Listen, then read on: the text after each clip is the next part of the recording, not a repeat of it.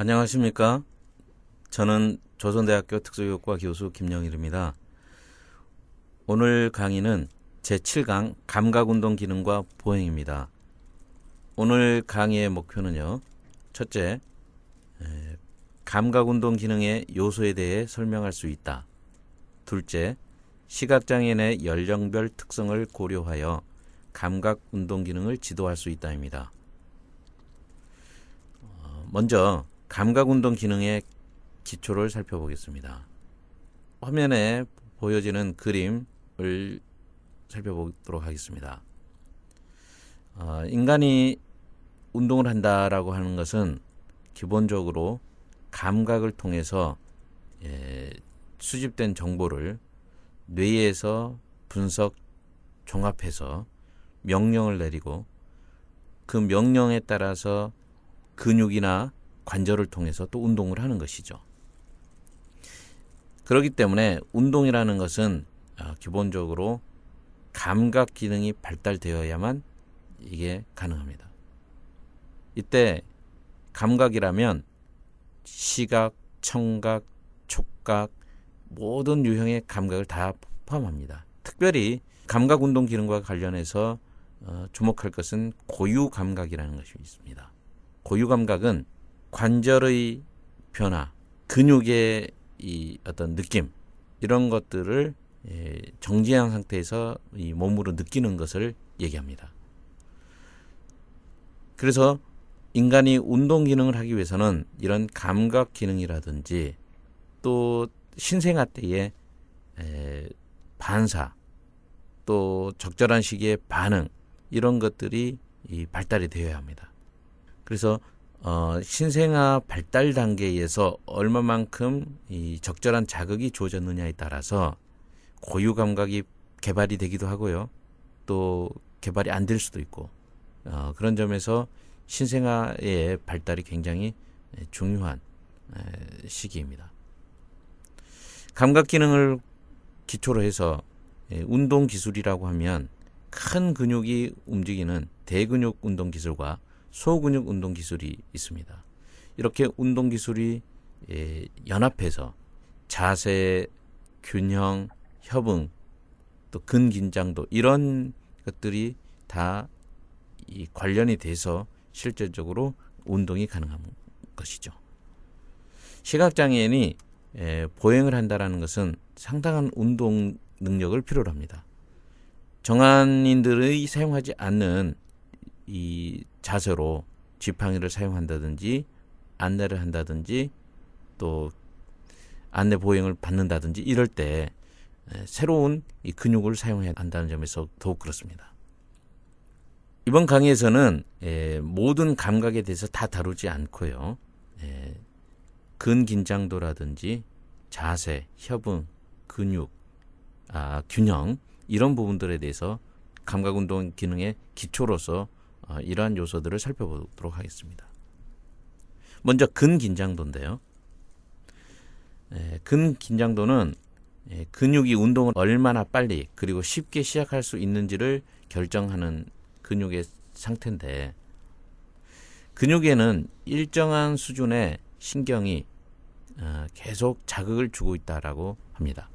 그런데 근긴장도가 적절하면 약간의 자극만 더 추가해도 근육을 움직인다거나 이렇게 가능한데 근긴장도가 너무 낮으면 보통의 자극 이상 많은 자극을 주어야만 근육이 원하는 대로 움직일 수 있다는 거죠.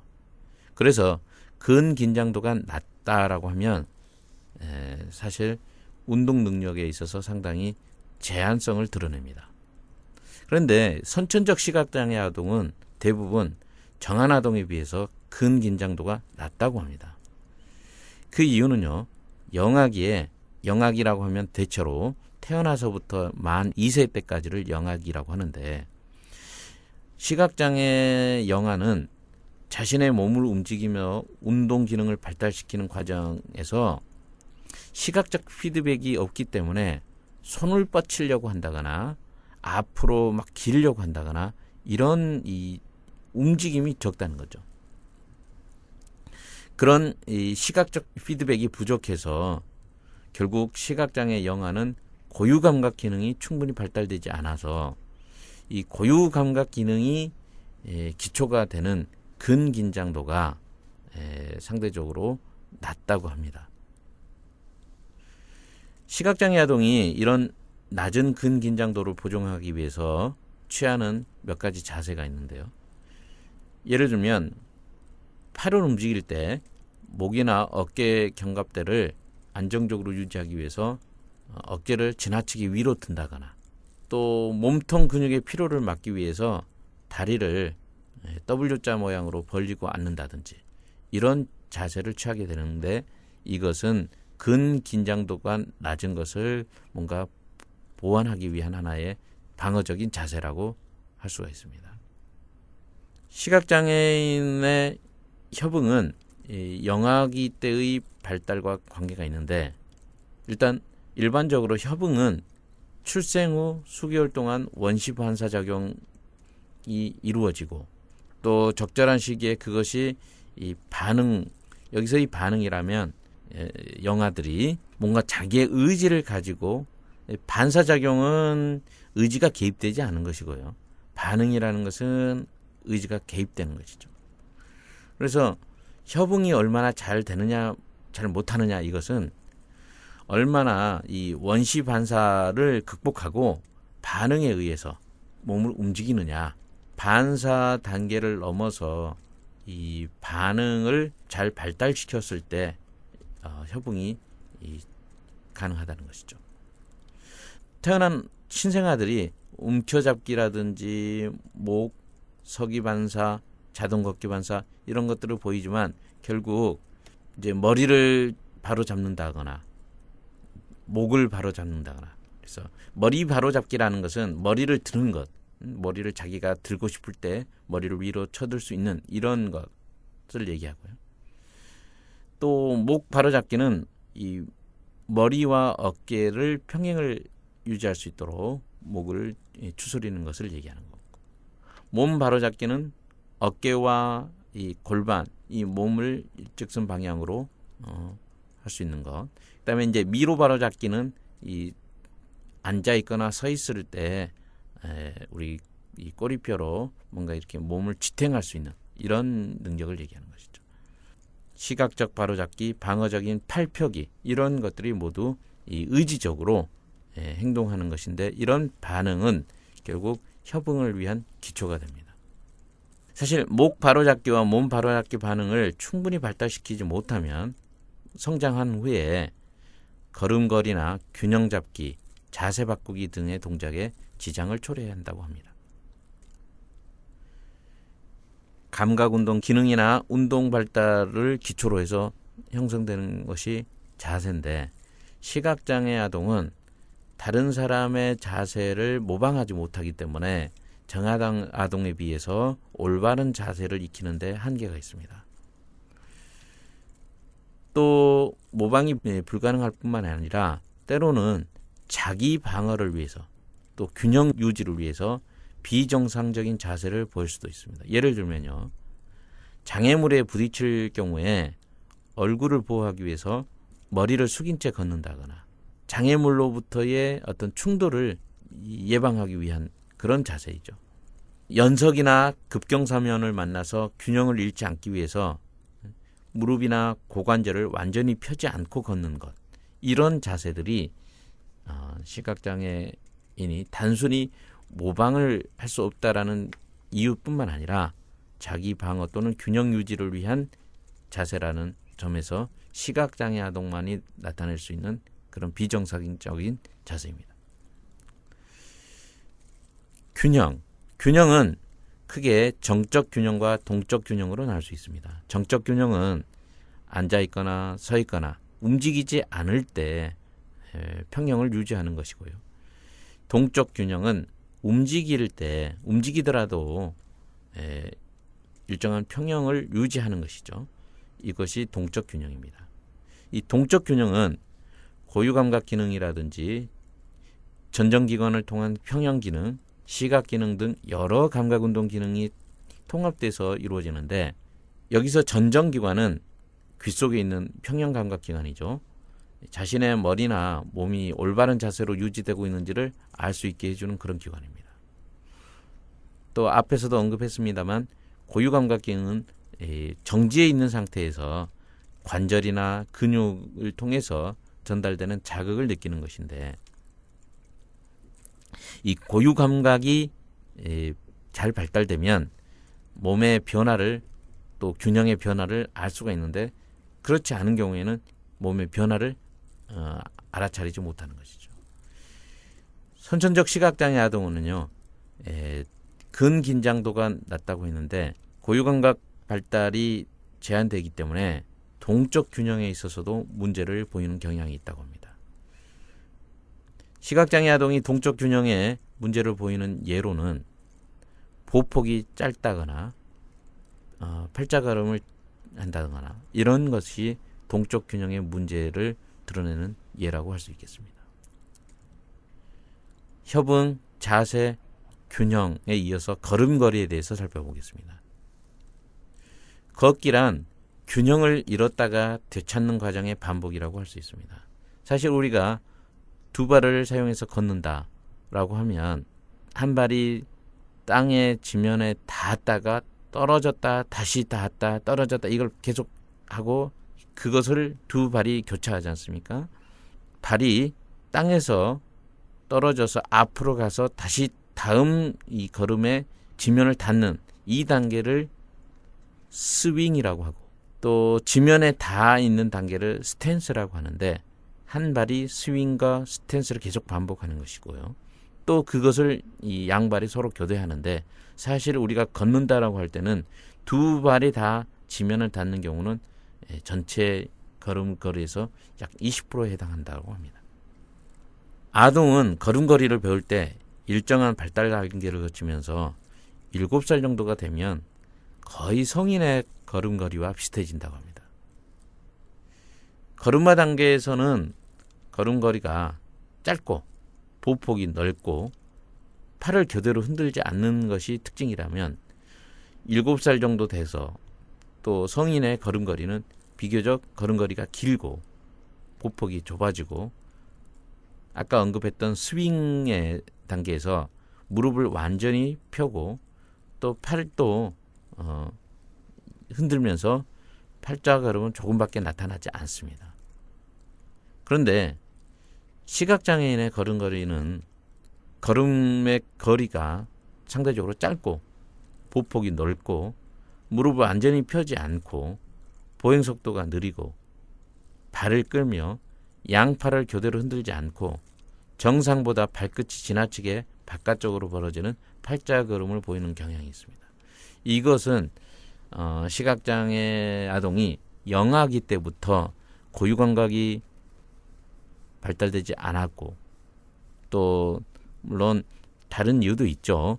그 근원을 따지고 보면 시각적 피드백이 부족해서 모방이 안 된다거나, 또 주변 사람들이 위험하기 때문에 운동 자체를 제한한다거나, 또 운동하고자 하는 그런 이 동기 자체가 유발되지 않는 그런 여러 가지 이유들이 누적되어서 시각장애 아동들은 근긴장도가 낮고 비정상적인 자세를 취하는 경우가 있으며, 이 성인과는 다른 여러 가지 걸음걸이의 특징을 나타내기도 합니다. 이제 감각운동에 관한 일반적인 설명과 또 시각장애 아동들이 보이는 감각운동 면에서의 특징에 대해서 살펴봤는데요. 그렇다면 시각장애 아동의 감각운동 기능 지도 방법은 어떤 것이 적절한지에 대해서 살펴보겠습니다. 먼저 감각운동 발달을 지도할 때 몇 가지 원칙이 있는데요. 먼저 예측이 가능하도록 지도를 계획해야 합니다. 무엇을 지도할지, 또 어디서 지도할지 시각장애 아동이 뭔가 예측할 수 있도록 그렇게 지도 계획을 수립하는 것이 좋겠습니다. 그래서 시각장애 아동이 안정감을 가지고 감각운동 기능 훈련에 참여할 수 있도록 지도에 대한 예측이 가능하도록 해라. 그렇기 때문에 비교적 안정감을 느낄 수 있는 실내 환경, 그리고 가구 배치라든지 이것도 일정하게 유지하는 상태에서 감각운동 기능을 지도하는 것이 좋겠습니다. 두 번째는 운동 기능을 일정한 순서에 따라 지도하는 것이 좋습니다. 인간의 운동 발달은요, 대체로 세 가지 방향에 의해서 이루어집니다. 머리 쪽 근육이 먼저 발달하고 몸통 쪽으로 또 꼬리뼈 쪽으로 이렇게 발달합니다. 위쪽에 있는 것을 먼저 발달시킵니다. 또 큰 근육부터 발달시키는 것이 좋습니다. 큰 근육에서 작은 근육으로 발달하는 것이 일반적인 순서입니다. 그래서 큰 근육 운동을 먼저 목표로 삼고 점점 이 작은 근육 운동을 손가락이라든지 그래서 팔 운동을 먼저 시키는 것이 좋지 손가락이나 손목 운동보다는요. 세 번째 일반적인 방향은 대칭적인 운동을 시키는 것이 비대칭적인 운동을 시키는 것보다 먼저 이루어져야 됩니다. 예를 들어서 박수 치는 걸 먼저 연습시키는 것이 가위바위보를 연습시키는 것보다 먼저 이루어져야 된다는 것이죠. 그래서 머리에서 몸통으로, 큰 근육에서 작은 근육으로, 그리고 대칭 운동에서 비대칭 운동이라는 일반적인 운동 발달 순서를 고려해서 감각운동 기능 지도를 하라는 것이죠. 세 번째는 능동적으로 운동하게 할 필요가 있습니다. 시각장애 아동은 다소 운동에 대한 동기가 부족해요. 시각적인 피드백이 없기 때문에 운동해야 되겠다는 그런 이 동기가 결여됩니다. 그래서 신생아 때 손을 뻗치는 동작이 잘 안 나타나는 것이죠. 뭐 보여야 뻗치고자 하는 그걸 잡기 위한 이 동기가 생기는데 보이는 것이 없기 때문에 그렇기 때문에 빨리 이 시청각적인 자극을 주는 것이 좋겠죠. 시각적인 자극보다도 청각적인 자극을 줘서 그 소리를 듣고 뭔가 이 사물에 대해서 관심을 갖도록 유도해야 되겠죠. 어쨌든 능동적인 운동이 가능하도록 그 시각장애 아이의 발달 단계에 따라 유아기 때라면 재밌어하는 장난감을 준다든지 이런 식으로 해서 각 이 발달 단계에 맞는 이 능동적인 운동을 유도하는 그런 어떤 강화물들을 제공하라는 것이죠. 네 번째 지도 원칙은요, 운동의 질을 고려하는 것이죠. 예를 들어서 걷기를 가르친다. 걷는 자세, 빨리 걷게 하는 것 그 자체가 중요하지 않다는 것이죠. 예를 들어서 시각장애 아동이 충분히 기지 않고 걷는 것이 많이 관찰되는 그런 이 현상인데 이것은 사실 바람직하지 않거든요. 충분히 기는 단계를 거쳐서 걷게 해야만 시각장애 아동의 근긴장도라든지 협응, 자세, 균형, 걸음걸이에 좋다는 것이죠. 그래서 걷기를 가르칠 때도 어떤 속도나 어떤 걷는 그 자체가 중요한 것이 아니라 충분한 근긴장도를 유지할 수 있도록 또 팔과 다리를 교대로 움직인다든지 몸통을 틀면서 이렇게 하는 그런 일정한 걸음걸이의 자세. 그래서 어떤 운동 과제를 지도하더라도 그 수행 여부라든지 수행 속도가 중요한 것만 생각할 것이 아니라 수행의 질을 생각하라는 것이죠. 감각운동 기능 지도의 다섯 번째 원칙은 운동 기능 과제와 일과를 통합시키라는 것입니다. 고유감각과 근긴장도를 발달시킬 수 있는 놀이기구를 이용한다든지 그네 타기를 한다든지 세발 자전거를 타게 한다든지 이것은 시각장애 유아들에게는 일상적으로 운동 그 자체만이 아니라 놀이 활동을 통해서 발달할 수 있기 때문에 이런 놀이를 일괄화하는 이 유아 발달 단계에 맞는 감각운동 기능 지도라고 할 수 있겠습니다. 시각장애 아동들이 근긴장도가 낮다고 했는데 이것은 그 기초가 되는 고유감각이 부족하기 때문입니다. 이 고유감각은요, 꼭 시각장애 영유아 때뿐만 아니라 시각장애 아동이나 청소년기 때도 이 고유감각 기능을 향상시킬 수 있다고 합니다. 고유감각 기능을 지도하는 두 가지 방법은 저항법과 관절 압박법을 들 수가 있겠는데요. 저항법이란 중력을 거스리는 움직임을 통해 실시하는데, 예를 들어서 지팡이에 무게를 추구할 수 있는 작은 사물을 달아서 지팡이를 들게 합니다. 예를 들어서 시각장애인이 지팡이를 사용할 때 지팡이를 잡고서 팔을 몸의 정중선 앞에 두어야 합니다. 내 이 팔 위치가 제 위치인지 이것을 고유감각을 통해서 느껴야 되는데 그렇지 못할 수 있습니다. 이런 것을 개선을 위해서는 이 지팡이를 무게를 더 넣어서 지팡이가 어느 위치에 있는지 관절을 통해서 전달되는 이런 이 압박감, 무게감으로 인한 이런 것들을 느낄 수 있도록 하는 것이 좋습니다. 시각장애 아동의 고유감각을 증진시키기 위해서는 체조라든지 레슬링, 수영 이런 운동들이 매우 유용합니다. 시각장애인들에게 국민체조와 같은 것, 또 레슬링, 수영 이런 운동을 많이 시켜주는 것이 그 운동 그 기능 자체뿐만 아니라 고유감각을 향상시켜주는 방법이기도 합니다. 너무 어릴 경우에는 이제 모의 레슬링을 한다든지, 또 바닥에서 서로 구르고 잡고 또 줄다리기를 해본다든지, 이 정글짐 올라가기, 둘이 짝을 지어서 교대로 유모차에 태워 끌고 다니기 이런 이 활동들. 그래서 시각장애 아동들이 움직일 일들을 많이 주면서 움직이면서 뭔가 몸의 변화를 느낄 수 있도록 이렇게 하는 것이 고유감각을 개발하는 하나의 저항법입니다. 관절 압박법은요, 손이나 발, 무릎 그 자체에 뭔가 무게를 더해주는 이 방법입니다. 팔꿈치를 좀 눌러준다든지, 손목을 눌러준다든지, 무릎을 눌러준다든지, 이런 식으로 해서 이 관절을 통해서 뭔가 이 압박감을 느낄 수 있도록 하는 것이라든지, 또 깨금발 짚기, 깨금발을 짚기 하면서 다른 한쪽 발의 압박감을 느끼면서 몸을 통해서 이 고유감각이 개발되도록 그렇게 하는 것이 좋겠습니다. 시각장애 아동의 상동행동을 볼 수 있는데요.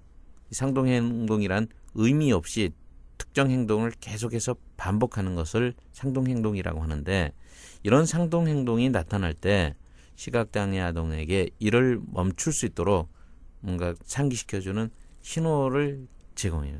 어떤 음성으로 뭔가 띵동 이런 소리를 내준다든지, 그러면 뭔가 내가 멈춰야 될 상황이구나, 이런 식으로 해서 상동 행동을 멈추도록 하는 시그널을 만들어서 약속하고 그 약속을 잘 지켰을 때 보상해주는 그런 식으로 어린 아동들의 상동 행동을 제거해주고요. 상동 행동을 자주 보일 경우에는 그 행동 이외에 다른 행동을 취하면 상동 행동을 할 수 없도록 만들어주는, 예를 들어서 눈앞에 두 손으로 움직인다거나 이랬을 때는 차라리 아이들이 두 손을 사용해서 장난감을 가지고 놀도록 장난감을 주면 두 손으로 눈앞에 흔든다거나 이런 상동 행동은 보이지 않을 거란 말이죠. 그래서 상동 이외에 대체 행동을 할 수 있도록 방법을 찾아야 된다는 거지.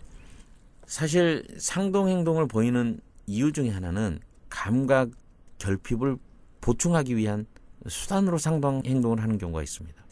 그래서 시각장애 아동들이 상동 행동을 보일 때는 다른 감각으로 그 감각 결핍을 보완할 수 있도록, 그래서 서서 몸을 앞뒤로 흔든다거나 이렇게 계속 하고 있다라고 하면 그 연령에 맞는 노래를 틀어주면서 노래를 따라 부르게 한다거나, 물론 노래를 부르면서 상동 행동을 더 할 수도 있겠지만 뭔가 가만히 앉아서 이 감각이 부족하기 때문에 생긴다면, 그래서 가만히 앉아 있는 것보다는 자꾸 움직이게 한다든지 이렇게 해서 상동 행동을 줄여가는 방법이 좋겠습니다. 시각장애 아동의 감각운동 기능 지도를 위해서는 또 촉각을 지도해야 되는데, 촉각을 지도하기 위해서는 촉각 구별 지도를 해야 됩니다. 물건을 이리저리 만져서 물건의 정체를 식별하게 한다든지, 또 뭔가 물건의 촉감을 통해서 이게 무슨 물건인지 알아맞추게 한다든지, 온도를 식별하게 한다든지. 또 촉각과 관련해서는 내성 지도를 해야 되는데요. 시각장애 아동들이 촉각 방어 행동을 보일 경우가 있습니다. 불안하기 때문에 만지기를 꺼려합니다. 이럴 때는 무조건 만지게 하는 것보다는 점진적으로 촉각 자극을 증대시켜주고요.